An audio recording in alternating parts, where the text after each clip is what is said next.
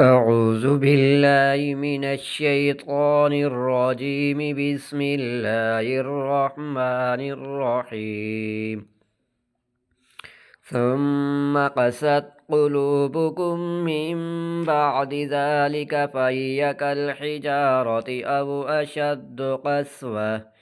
فإن من الحجارة لما يتفجر منه الأنهار، وإن منها لما يشقق فيخرج منه الماء، وإن منها لما يهبط من خشية الله، وما الله بغافل عما تعملون.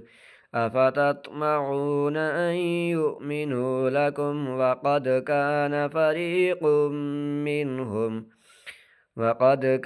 فريق منهم يسمعون كلام الله ثم يحرفونه من بعد ما عقلوه وهم يعلمون.